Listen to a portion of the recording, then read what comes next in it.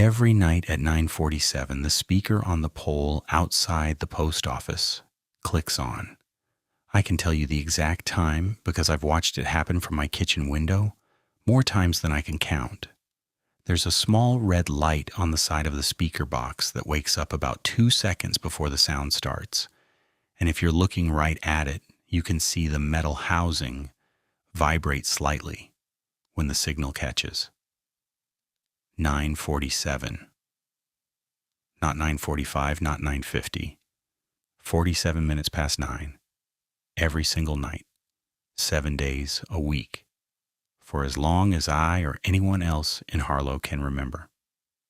The announcement lasts between 3 and 4 minutes. I know because I've timed it with the clock on my microwave, standing barefoot on the kitchen tile, listening. You can hear it clearly. Every word. The voice is calm, measured. Not robotic, not recorded sounding, but steady. In the way a person sounds when they've said something so many times the emotion has worn smooth. It fills the street. It enters the houses. People hear it through closed windows, through walls, through the low hum of their televisions. It's not loud exactly, it just reaches. And by morning, not a single person in Harlow can tell you what it said. That's the part I couldn't accept. That's the part I should have left alone. My name is Elise McKen. I moved back to Harlow, North Carolina, in late September of last year. After my mother had a stroke that left the right side of her body unreliable and her speech tangled in ways that made phone calls painful for both of us. She needed someone in the house. My brother Kevin had his reasons for not coming back. I had fewer reasons for staying where I was. So I came home. Harlow is the kind of town that doesn't look dying until you count the windows. Main Street still has most of its storefronts filled. A hardware store, a diner, a barber, a thrift shop run by the Methodist Church. But half the apartments above them have been empty since I was in high school. The population sign at the edge of town says 2,100, but nobody believes it's been updated since the 90s, and the real number is probably closer to 1,400. There's a grocery store on the east end and a gas station on the west end, and a high school in between that consolidates with two neighboring towns. It's quiet. It's manageable. When I was young, I thought it was suffocating, and coming back, I thought it would feel the same, but it didn't. It just felt small. Smaller than I remembered. My mother's house is on Deacon Street, 3 blocks from the center of town. And from the kitchen window, you can see the roof of the post office and the top of the pole where the speaker is mounted. The speaker has been there my whole life. There are 4 of them in total.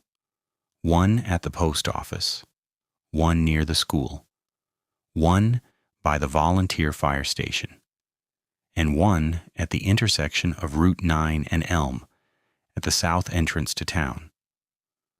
Old civil defense speakers, the kind small towns installed in the 50s and 60s for weather alerts and municipal announcements. Most places took them down decades ago, or let them rust into silence. Harlow's still work, or at least one function still works. I noticed the announcement my first week back. I was unpacking boxes in the kitchen around 10 at night, and the speaker clicked on, and I heard it. I stopped what I was doing. I stood completely still. The voice spoke clearly, and I understood it. And I remember feeling a kind of familiarity. The way you feel when a song you haven't heard in 20 years starts playing, and your body knows the melody before your mind catches up. It lasted a few minutes. The red light turned off. The night was quiet again. The next morning I tried to remember what the announcement had said, and I couldn't. Not vaguely, not partially. I couldn't find even a fragment. It wasn't like forgetting a dream where you remember there was water, there was a hallway, someone was calling your name. It was like reaching for a shelf that wasn't there. There was nothing to grasp. I knew the announcement had happened. I knew I'd heard it. I knew I'd understood it at the time. But the content was simply gone, under removed so cleanly it didn't even leave a scar in my memory. I mentioned it to my mother over breakfast. She was having a better morning, her left hand steady enough to hold a coffee cup, and when I said something about the speaker, she just nodded. "It comes on every night," she said. "Do you know what it says?" She thought about it. Not quickly. She genuinely sat with the question for a few seconds, her eyes moving the way they do when she's trying to reach past the fog the stroke left behind. Then she shook her head. "I hear it, I just don't keep it." "Every night?" "Every night." "And you never thought that was strange?" She looked at me the way she used to when I asked why the sky was blue. Not annoyed, just mildly surprised that this was the thing I'd chosen to be curious about. "It's just the speaker, Elise. It's always done that." I let it go. For about a week, I let it go. But here's the thing about coming back to a place you left 15 years ago. You see everything with double vision. One eye remembers the town the way it was. The other eye sees it the way it is. And sometimes those two versions don't match in ways no one else seems to notice. Because everyone who stayed has been watching the change happen so gradually, it became invisible to them. I noticed, for instance, that the clock on the town hall was wrong. Not broken, running, but consistently 11 minutes fast. I noticed that the diner's menu had a blank line between grilled cheese and BLT, a gap where something had clearly been listed and then removed. But the laminated menu had simply been reprinted with the space still there. It's like a pulled tooth that no one bothered to close. I noticed that the bench in front of the hardware store had 4 sets of initials carved into it, but one set had been sanded down so aggressively the wood was a different shade in that spot. I noticed that my mother's photo wall in the hallway had 17 frames, but only 16 photos. The last frame near the bathroom door had a backing board and glass and a clean mat, but no picture inside it. When I asked her about it, she looked at the frame, looked at me, and said she'd never gotten around to filling it. I didn't connect any of this at first. I was busy. My mother needed physical therapy 3 times a week. The house needed maintenance. I was working remotely for an insurance company doing claims processing, which is exactly as draining as it sounds. And most of my energy went into keeping the days upright. But the announcement kept happening. Every night, 9:47. Every morning, nothing. The second week, I tried to write it down. I sat at the kitchen table with a pen and a legal pad. The speaker clicked on. I heard the voice begin. I put the pen to the page and started writing. I could feel my hand moving. I could feel the ink pressing into the paper. When the announcement ended, I looked down and the page was blank. Not scribbled over, not illegible. Blank. The pen had been in my hand the entire time, but I hadn't written a single word. My fingers ached slightly at the joints, the way they do after gripping something for a few minutes, but the page was untouched. I tried again the next night with my phone's voice recorder. I hit record at 9:45 and let it run until 9:55. And when I played it back, there was ambient noise. the fridge humming, a dog barking somewhere down the block. But during the minutes when the announcement played, the recording contained only a low, even static, like the sound of air moving through an empty room. Not silence. Something that occupied the space where the words should have been, but it carried no information at all. That was the first time I felt genuinely unsettled. I started asking around town, not aggressively. I wasn't conducting an investigation. I'd bring it up in passing, the way you'd mention the weather or a power outage.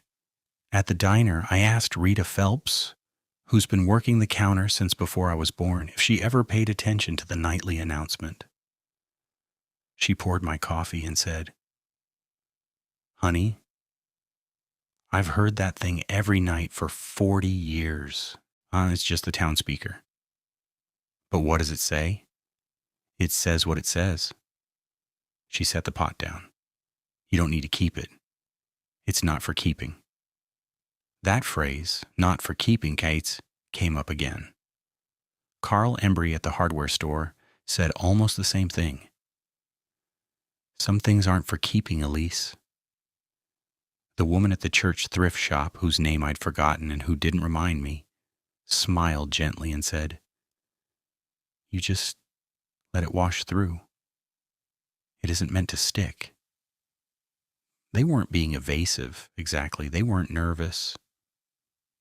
They spoke about the announcement the way you'd speak about rain. Something that happened, something natural, something you didn't question, because questioning it would be like questioning gravity. But underneath that ease, I started to detect something else. A slight stiffness, a way of looking past me when the topic came up. Not at something specific, just a way. Like there was a direction they'd all agreed not to face. The third week, I found the logbook. I was in my mother's attic looking for a box of winter blankets when I found a plastic bin marked "town stuff" in my father's handwriting. He'd been dead for 9 years by then, heart attack on a Tuesday morning while raking leaves, and seeing his handwriting still hit me in the chest the way it always does. This blunt reminder that a person's hand can outlast their body by decades. Inside the bin were old tax documents, a few issues of the Harlow Gazette from the 80s, a pair of reading glasses I recognized as his, and a composition notebook with a green cover. I opened it. The first page said in my father's neat, careful print, "Nightly broadcast, personal record." He dated every entry. The earliest was from 1987, 6 years before I was born. The latest was from 2013, 2 years before his death. Each entry followed the same format. The date, the time, always 9:47, and then a line that simply read, "Heard it. Content not retained." For 26 years, my father had listened to the announcement every single night and recorded that he could not remember what it said. But that wasn't all. Interspersed among the nightly entries were longer notes, written in smaller handwriting, sometimes in pencil instead of pen. These were observations, theories, questions he was asking himself. March 14th, 1991. Asked Dale Roper if he remembers. Same response as everyone. Not for keeping. Where did that phrase originate? Everyone uses it, and no one attributes it. October 2nd, 1994. Tried recording with the camcorder. Tape shows static during the broadcast window. Audio is present but unintelligible. The equipment is not faulty. Tested it the following morning with normal speech. Records fine.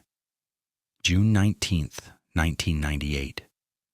Elise asked about the speaker today. She's 5. Said she heard a lady talking last night. I told her it was the radio. She said it wasn't a lady on the radio, it was a lady on the pole. She said the lady sounded sad. She did not ask again. I read that entry 3 times. I don't remember asking about the speaker. I don't remember hearing a lady's voice. But I was 5 years old, and 5-year-olds forget most things.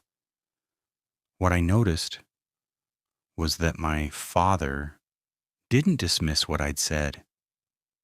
He wrote it down. He kept it. August 3rd, 2002. Drove to Millbridge today. You ask the librarian there if they have records of a municipal broadcast system in Harlow.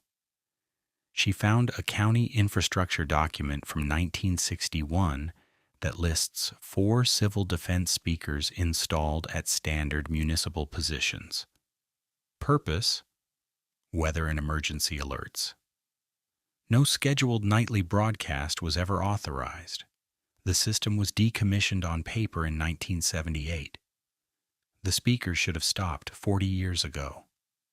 December 11th, 2005. Counted the houses on Deacon Street today. There are 14. The town directory lists 13. The extra house is between the Warrens' place and the empty lot on the corner. It's yellow. It has a porch light that comes on at dusk. I've seen it my entire life. No one is listed as living there. There is no mailbox. I put the notebook down and went to the kitchen window. I looked down the Deacon Street. I counted the houses. I counted 14. The yellow house was there between the Warrens' old place and the corner lot, just as my father described it. Porch light on, curtains drawn. A small, ordinary house that I'd walked past my entire childhood without once thinking about who lived inside. I went back to the notebook. January 8th, 2006. Knocked on the door of the yellow house. No answer. The porch light was on. The doormat said, "Welcome." I could hear something inside. Not voices, not music. A hum. Steady like a machine running. I stood there for several minutes.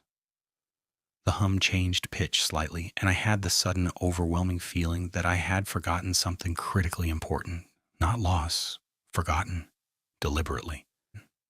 As if I had agreed to forget something and was now standing at the place where the agreement had been made. I left.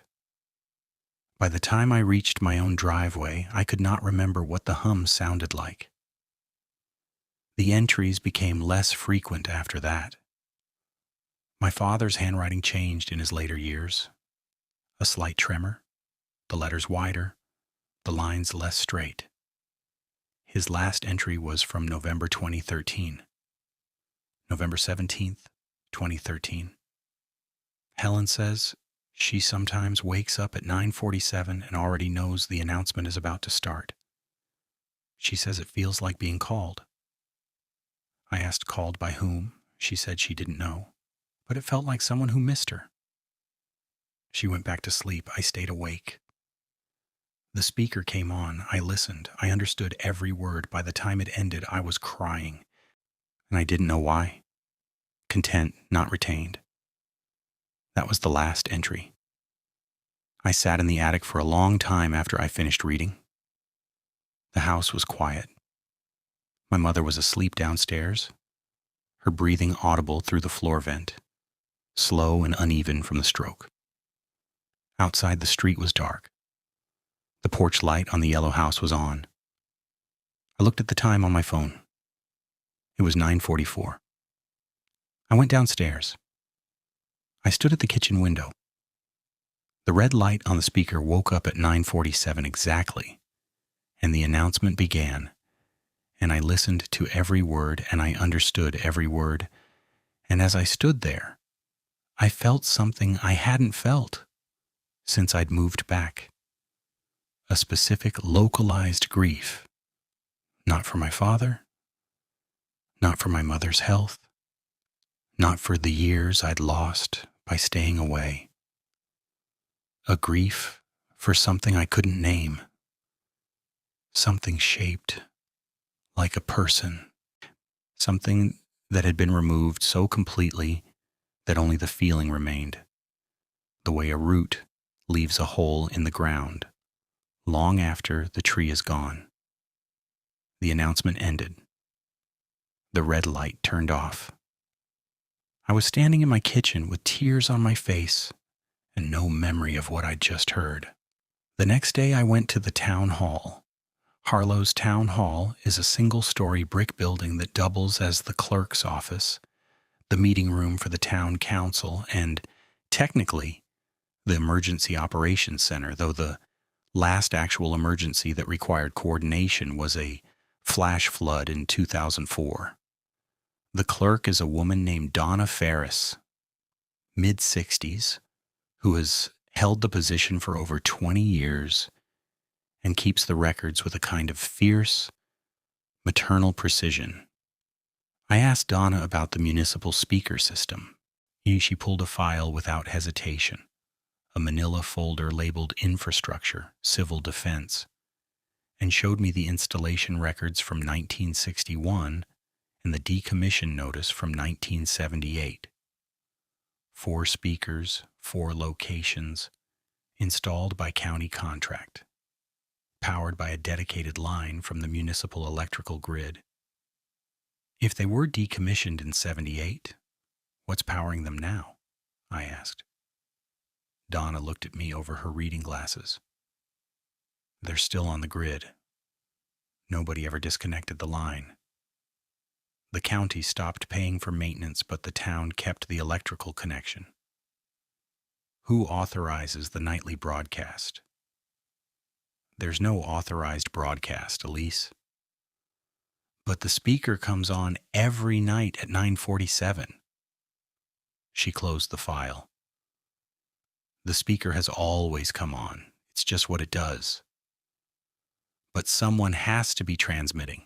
There has to be an origin point, a signal source. Donna placed the file back in the cabinet. She did it slowly, the way you do something when you're deciding how much to say next. Then she turned back to me, and her face was not unfriendly, but it was careful. Your father asked the same questions, she said. In 2002? He sat right where you're sitting and went through the same file. I'll tell you what I told him. The system has been checked. Walter Greer, he was the town electrician before he passed. He traced the line in 2003 after your father raised concerns. The line runs from the municipal box to the 4 speakers. There is no transmitter. There is no signal source. There is no broadcast equipment connected anywhere on the circuit.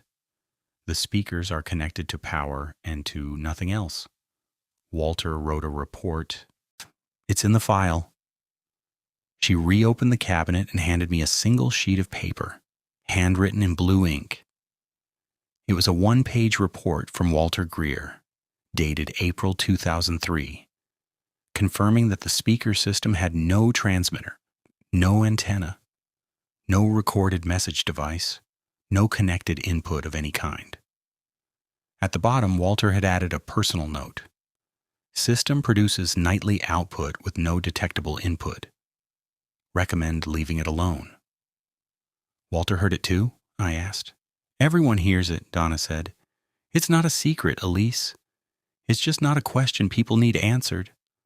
I left town hall feeling like I was pressing against something that the town had agreed to leave soft, and every time I pushed, the resistance wasn't hostile. It was gentle, patient. The way you'd guide a child away from a door they weren't supposed to open. It's not by locking it, but by simply never giving them a reason to reach for the handle. That night, I didn't go to the kitchen window. I went outside. I walked to the post office and stood directly beneath the speaker. It was a chilly October night. Clear, the stars over Harlow as dense as they always are, where there aren't enough street lights to wash them out. The pole was old steel, maybe 15 feet tall, with the speaker housing mounted at the top. The red light was dark. The street was empty. I stood there and I waited. At 9:47, the light came on. The speaker hummed for one breath, and then the voice began. Standing beneath it, the voice was different. Not louder and closer. It had texture. It had warmth. And it was unmistakably a woman's voice. Not young, not old, not reading, not reciting, speaking. And the way someone speaks when they're telling you something they need you to hear. The words entered me clearly, and I understood them completely, and they carried weight. Specific, personal weight. The way certain sentences can land in your chest, like a stone being set down. I stood there for the full duration, 3.5 minutes. The voice stopped. The red light turned off. The street was silent, and I could feel the memory draining. That's the only way I can describe it. It wasn't sudden. It was like watching water seep out of a cracked glass. The words were there, and then they were thinning, and then they were shapes without sound, and then they were just the impression that something had been said, and then even that was going, and I was standing alone on a sidewalk at 9:51 at night with nothing in my hands. But I held on to one thing, one fragment. Not a word, a direction. The voice, in the last moments before the forgetting took hold, had spoken about the yellow house. I know this because when the memory drained, the one residue it left was an impulse, a pull, like a compass settling toward Deacon Street, toward the house that shouldn't be there. I didn't go that night. I went home. I sat with my mother, who was awake and watching television in the den, her bad hand resting on a pillow. I asked her if she remembered a yellow house on Deacon Street. "Between the Warrens and the lot," she said. "Of course." "Who lives there?" My mother turned from the television. Her eyes were clear. Clearer than they'd been in weeks. "Someone used to," she said. "A long time ago." "Who?" Her mouth opened slightly, and I watched something happen on her face that I'd learned to recognize since the stroke. The effort of reaching for a word or a memory that the damaged part of her brain was blocking. But this didn't look like the stroke. This looked like something else. A different kind of barrier. Her eyes moved to the empty picture frame in the hallway, the one with no photo, and then moved back to me. "I can't say," she said. And I didn't think she meant she wouldn't. I thought she meant she genuinely could not. The word, the name, whatever it was, would not come. I spent the next 3 days researching. I went through property records at Town Hall. Donna let me access the files without comment. The yellow house on Deacon Street did not appear in any deed, any tax record, any land survey, or any address registry. And the lot it occupied was listed as vacant. According to every official document in Harlow, the yellow house did not exist. I went to the county recorder's office in Millbridge. I pulled plat maps for Harlow going back to 1940. On every map, the space between the Warrens' lot and the corner was marked as unimproved. No structure, no dwelling. I pulled census records. Every census from 1950 onward listed the Deacon Street addresses in sequence, and the sequence skipped the number where the yellow house stood. It went from 412 to 416. The number 414 did not appear. I drove back to Harlow and walked down Deacon Street. The yellow house was there. It had a porch. It had 2 windows facing the street, both curtained. It had a front door painted brown. The porch light was on. The welcome mat was clean. There were no weeds in the front path. Someone was maintaining this house. Someone or something was keeping it present while every record in the county insisted it wasn't there. I knocked on the door. No answer. I pressed my ear to the wood. I could hear the hum my father had described. Low, steady, mechanical, like a generator or a pump running somewhere deep in the structure. It vibrated through the door and into my cheekbone, and I felt the same thing my father had written about. The sensation of having deliberately forgotten something. A consensual amnesia. As if I had once sat in a room and agreed to let something go, and now I was standing at the door of the room where the agreement was signed. I stepped back. The porch light was warm on my face. The street was empty. It was late afternoon, and the shadows on Deacon Street were long and soft, and the yellow house stood in the middle of them like a tooth the town had agreed not to touch. I went home. I sat in the attic with my father's notebook and read every entry again. And this time, I noticed something I'd missed before. In several of his later entries, my father had drawn a small symbol in the margin, a circle with a vertical line through it, like a simplified figure of a person. The first appearance was in the 2006 entry, after he'd visited the yellow house.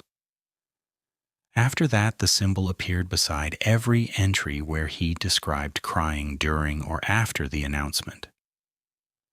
There were 19 such entries. Beneath the last one, dated November 17th, 2013, he had written in tiny letters, "She's still in there." My father died 2 years later. Heart attack. Raking leaves. He was 61 years old, and the paramedics said it was sudden, that he probably didn't suffer. My mother found him on the front lawn with the rake still in his hand, and the only unusual detail she mentioned at the time was that his face, when she reached him, looked relieved. I think about that word now. Relieved. I think about a man who spent 26 years listening to a voice he couldn't remember, keeping a record of his own forgetting. And I wonder if what killed him was the effort of holding the door shut against something that wanted so badly to be known.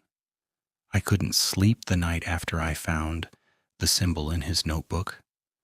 I lay in my childhood bed in my mother's house and stared at the ceiling and listened to the house settle and creak the way old houses do. And at 9:47 the speaker came on, and I heard the announcement through the walls. Marcus, and this time, I didn't try to hold on to the words. I let them pass through me, the way the town had always told me to. I let it wash. I let it not stick. But something stuck anyway. Not a word. A feeling. The feeling was, "You're close now. Don't stop." The next morning I went to the Harlow Gazette office, which is really just a desk in the back of the print shop on Main Street. The paper publishes weekly, mostly local sports, church events, and school board minutes. The archives go back to 1932, stored in bound volumes in a closet that smells like mildew and old glue. I spent 4 hours going through every issue from the 1970s and 1980s, not looking for anything specific, just reading, letting the town's recorded history pass through my hands the way the announcement passed through my ears each night. I found it in the October 18th, 1979 issue. A small article on page 3 below a notice about a church rummage sale. The headline read, "Town mourns loss of beloved resident." The article described the death of a woman named Margaret Calloway. She was 52. She had lived on Deacon Street. She had been the town's postmistress for 18 years. She died in her home on October 11th, 1979. Of what the article described as a prolonged illness bravely endured. The article was brief, 4 paragraphs, and it mentioned that Margaret had no surviving family and that the funeral was held at the Methodist Church with the entire town in attendance. The article did not list her address, but it mentioned that her home was the Yellow House on Deacon, familiar to all. I kept reading. The following week's issue had no mention of Margaret, nor the week after. No obituary, no memorial, no follow-up. In a town of 2,000 people where the postmistress of 18 years dies, there was one brief article and then nothing. I searched the next 5 years of issues. Margaret Calloway's name did not appear again. Not once. I went back to the property records. I searched specifically for the name Calloway. Nothing. I searched the county death records. Margaret Calloway was listed. Died October 11th, 1979. Cause of death listed as heart failure. Place of death, 414 Deacon Street, Harlow, North Carolina. The address that doesn't exist in any other record. The house that no map shows. The number the sequence skips. It was all Margaret's. And when she died, the town didn't just lose her. It unremembered her. Every record, every document, every directory was revised, as if the house and the woman inside it had been carefully and deliberately excised. Not destroyed, just made impossible to find unless you were already looking. But the house was still there, and the speaker was still on. And every night at 9:47, a woman's voice spoke to a town that had agreed to forget her and couldn't quite manage it. That evening I called my brother, Kevin. He lives in Portland now, works in software, and we talk, maybe once a month, about our mother's medication and the cost of her physical therapy. I asked him if he remembered Margaret Calloway. There was a long pause. Not the pause of someone searching their memory, the pause of someone deciding. "Where did you hear that name?" he asked. "Do you remember her?" "Elise." "Kevin, do you remember her?" "She was the postmistress. She used to give me candy through the window at the post office. Butterscotches. She kept them in a glass bowl on her desk." His voice was strange, not upset, but strained, like he was lifting something heavy. "How do you remember that name?" "Nobody talks about her." "Why not?" "Because..." He trailed off. I could hear him breathing. Because something happened after she died. Something the town decided to handle by just letting her go. Letting everything about her go. Mom and Dad stopped saying her name. Everyone did. It was like she'd never been there. I was 11. I thought I was going crazy because I could remember her, but nobody else seemed to. After a while, I stopped remembering too. It was easier. What happened after she died? I don't know. I don't remember. I just remember the feeling, like the whole town was holding its breath, and then it exhaled, and when it exhaled, Margaret was gone. He paused again, and the speaker started. The speaker started after she died? I think so. I think the announcement started around then. But I was a kid, Elise. I might be wrong. He wasn't wrong. I went back to my father's notebook. The first entry was dated March 3rd, 1987. But on the inside cover in smaller handwriting, my father had written, "Announcement first noticed. Late October or early November 1979. Did not begin recording until 1987. 8 years of listening without documenting.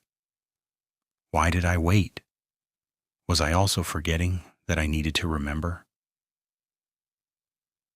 Margaret Calloway died on October 11th, 1979. The announcement began in late October 1979. The town's speakers had been officially decommissioned in 1978, and a dead woman's voice had been speaking to a town that erased her every night for over 40 years. And the town heard every word, and the town forgot every word. And the town went to bed and woke up and went about its business and never once asked why the speaker on the pole outside the post office, Margaret's post office, turned on every night at 9:47 and filled the streets with something no one could hold. I went to the yellow house one more time. It was a Friday night, October 24th. The air was cold and sharp and the sky was full of stars, the way it only gets in small towns in autumn when the humidity drops and the atmosphere thins and the universe seems closer than it should be. I walked down Deacon Street with my father's notebook in my jacket pocket. The yellow house was lit. The porch light was on. The welcome mat was clean. I sat down on the porch steps. I didn't knock. I didn't try the door. I just sat there in the pool of porch light. And I waited. At 9:47, the speaker on the post office came on. The red light woke up 3 blocks away, too far to see, but I could feel it. The announcement began. The woman's voice filled the street, and it filled the porch, and it filled me, and this time I didn't try to write it down or record it or hold on to it. I just listened. I let the words move through me, the way Margaret had moved through this town for 18 years, present, necessary, warm, and ultimately unprotected by the people she served. And sitting on her porch, I heard her, not the words. I couldn't keep the words, but I heard her, the cadence, the breath between sentences, the way her voice dipped when she reached something that mattered and rose when she was trying to be gentle about something hard. She was speaking to Harlow the way she must have spoken to everyone who came to her window at the post office, with patience, with attention, with the kind of care that small town people give each other when they've decided that this place and these people are enough. She was saying goodbye. I knew it without remembering the words. She had been saying goodbye every night for 45 years, and the town heard it, and the town felt it, and the town could not bear to keep it, so it let the words dissolve and kept only the feeling.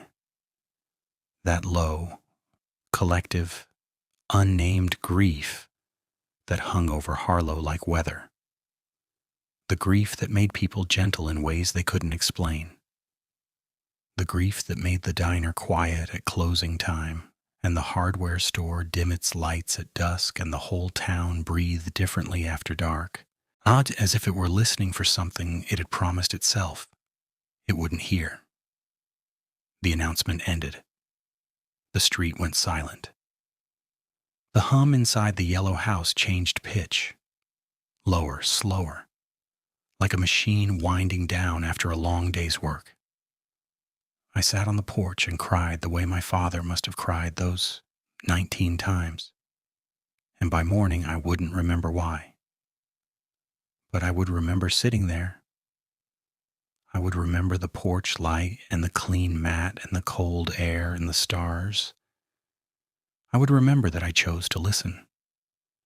And I would remember that the forgetting when it came felt less like erasure and more like mercy, like the town had learned over 45 years that some kinds of love are too heavy to carry in memory and too important to let go entirely. And so it built a system out of old speakers and an unexplained voice that held the grief for everyone, cycling it through each night like a tide, carrying it in and carrying it out, never letting it settle, never letting it vanish. I stayed in Harlow. I'm still here. My mother's health has stabilized mostly, and I work from the kitchen table during the day, and I eat dinner with her, and we watch television, and sometimes she reaches over with her good hand and holds mine. And neither of us says anything about the announcement, but we're both awake when it comes. And we both sit a little stiller. And afterward, we both blink like we've just surfaced from water. The yellow house is still there. I don't knock anymore. I don't need to. I tend the front walk sometimes. I pull a weed if I see one. I brush the leaves off the mat. The porch light hasn't gone out once. I think it runs on the same current as the speakers, the same unexplained line that Walter Greer traced to nothing and recommended leaving alone. Some systems don't need an origin to keep working. Some of them run on what was owed. I found one more thing in my father's notebook. Folded between the last 2 pages, so small I almost missed it, was a photograph. A Polaroid, faded to that soft amber that old instant photos get. In the picture, a woman stands behind the counter of the Harlow post office.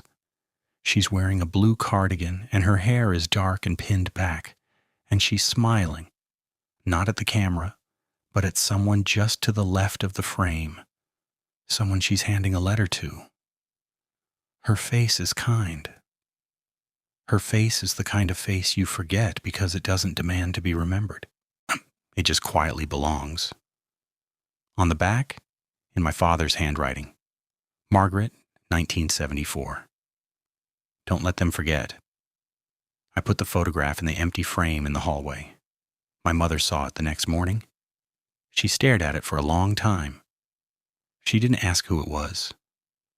"Oh," she said softly. "Just that. Oh." The sound a person makes when something they lost comes back, and they realize they've been missing it all along without knowing what it was. The speaker comes on every night. I don't try to remember what it says. But I've stopped calling it an announcement. I think it's a letter. I think Margaret Calloway is reading her last letter to a town that loved her enough to grieve and not enough to hold on. And the speakers carry it because that's what a postmistress does. She delivers what's been written, whether or not anyone's home to receive it. Every night at 9:47, Harlow gets its mail. And every morning the town wakes up feeling something it can't name and goes about its business a little more gently than the day before and never quite knows why. I know why. I just can't prove it. And I've stopped needing to. Some things aren't for keeping. Some things are for letting wash through you, the way a voice washes through a speaker, the way grief washes through a town, the way love washes through the years and leaves behind only the clean, worn feeling of having once been held by someone who meant it. Margaret, if you can hear this, I hear you. I don't remember the words, but I hear you every night.